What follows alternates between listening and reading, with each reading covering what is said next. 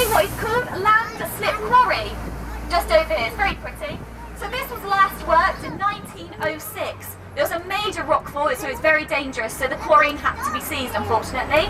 A rumour has it that one of the foreman's huts is under the rubble somewhere. So yeah, I also like to think it's like a natural amphitheatre. So we're going to be turning round shortly in a minute. This is where we normally continue up the gorge. Obviously there's roadwork, so make sure you come back later on today when it's done, or another day when it's sunny. So keep your eye out for some of our sheep and goats. Our sheep are brown, with some horns. So we may have to stop over a minute because there's...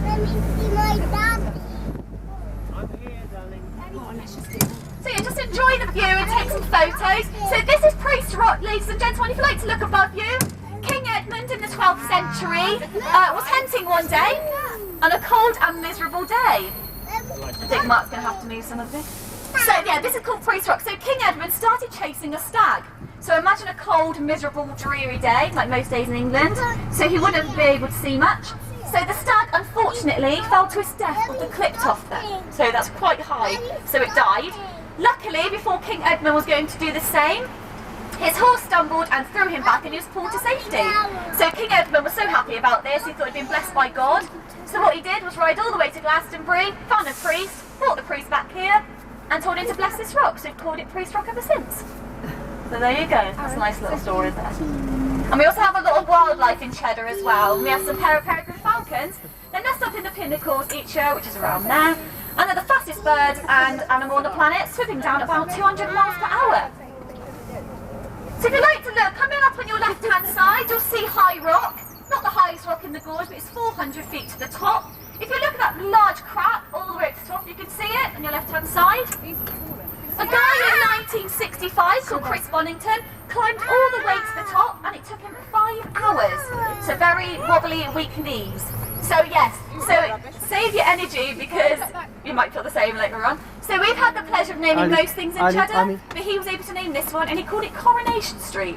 Any idea why? Because it goes on and on and on. Bit of a lame joke, but it's true, he did call it Coronation Street. So there you go. So try and spot some of our goats again when you come back down. It's quite good, they're sheltering and they're little pride Evans hole. Stay there for now. So has anybody heard of Time Team or seen Time Team? Yeah, group that come and live together. Jim,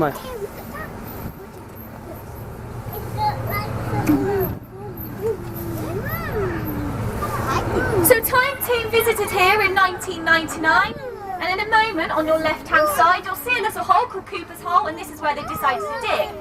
Unfortunately, they didn't actually find too much, just a few small worked animal bones and 2 flint arrowheads. That's now in our museum of prehistory. And their 3 days came to an end, and also there's water problems as well, which is like everyday dinner. So it's just behind those railings there, and that's called Cooper's Hole. So even though there's